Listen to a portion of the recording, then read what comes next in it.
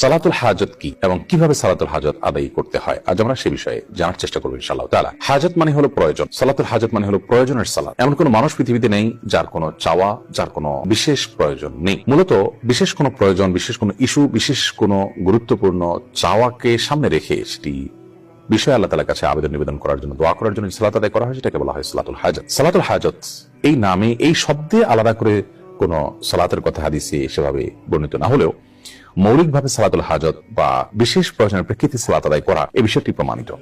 আপনার কোনো বিশেষ চাওয়া আছে, বিশেষ কোনো নিবেদন আছে, আবেদন আছে আল্লাহ তাআলার কাছে, বিশেষ কোনো প্রয়োজন আছে, পূরণ হওয়া দরকার, এটি পূরণ হওয়ার জন্য আপনি বিশেষভাবে সালাত আদায় করবেন, এটি প্রমাণিত।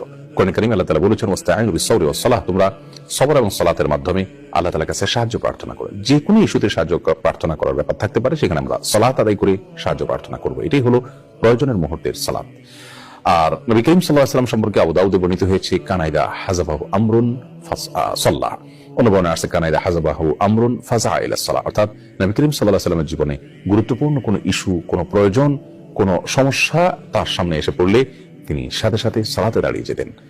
সালাতের মাধ্যমে আল্লাহ তাআলার কাছে আশ্রয় প্রার্থনা করতেন, প্রয়োজন পূরণের জন্য দোয়া করতেন। বিশ্ববিখ্যাত মুহাদ্দিস মুল্লাহ আলী কারি রাহিমাহুল্লাহ তিনি বলেছেন যে এই সালাত যে নবী সাল্লাল্লাহু আলাইহি ওয়াসাল্লাম প্রয়োজন হলে সালাতে দাঁড়িয়ে যেতেন, এটা কি সালাতুল হাজত বলা যেতে পারে, অর্থাৎ প্রয়োজনের মুহূর্তের সালাত এটাই। যেহেতু এটার বিশেষ কোনো কাইফিয়ত বা পদ্ধতি বা বিশেষ কোনো সময় ঠিক করা নেই, যে কোনো সময় এটি হওয়া যেতে পারে। যদিও সালাতুল হাজতের একটি আলাদা ফরম্যাট বা ভিন্নতর একটা ফরম্যাটের কথা তিরমিজির একটি বর্ণনা বর্ণিত হচ্ছে, সেই বর্ণনাটি মুহাদ্দিসদের মূল্যায়ন, অনেক মুহাদ্দিসদের মূল্যায়ন অনুযায়ী সেটি সহিহ বা বিশুদ্ধ বর্ণিত নয়, বরং সেটি সনদ নিয়ে অনেকে আপত্তি তুলেছেন, সেটিকে দুর্বল বলে বলেছেন। তো সেই বিশেষ পদ্ধতিটা যেটি দুর্বল হাদিসে বর্ণিত হয়েছে সেটা জানিয়ে রাখছি।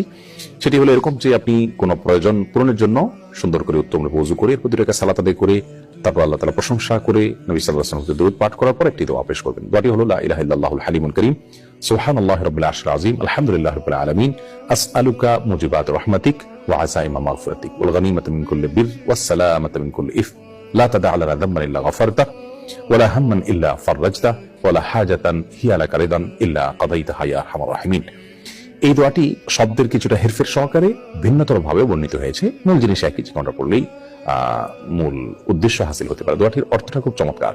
সেটি হলো, আল্লাহ ছাড়া সত্যিকারের কোনো মাবুদ নেই, যিনি হালিম, যিনি কারীম, যিনি মহাধৈর্যশীল, যিনি মহাকরুণা অধিকারী। সুবহানাল্লাহি রাব্বিল আরশিল আযীম, ওই আল্লাহর পরিচয় বর্ণনা করছি, পবিত্রতা জ্ঞাপন করছি, যিনি মহান আরশের রব এবং পালনকর্তা। প্রশংসা করছি ওই আল্লাহর, যিনি সকল জগৎসমূহের পালনকর্তা। আসআলুকা মুজিবাত রাহমাতিক, হে আল্লাহ আপনার কাছে আমি চাই এমন জিনিস, এমন আমল, এমন দোয়া যা আপনার রহমতকে আবশ্যক করে দিবে আমার জন্য, এবং আপনার ক্ষমা লাভের যে উপায়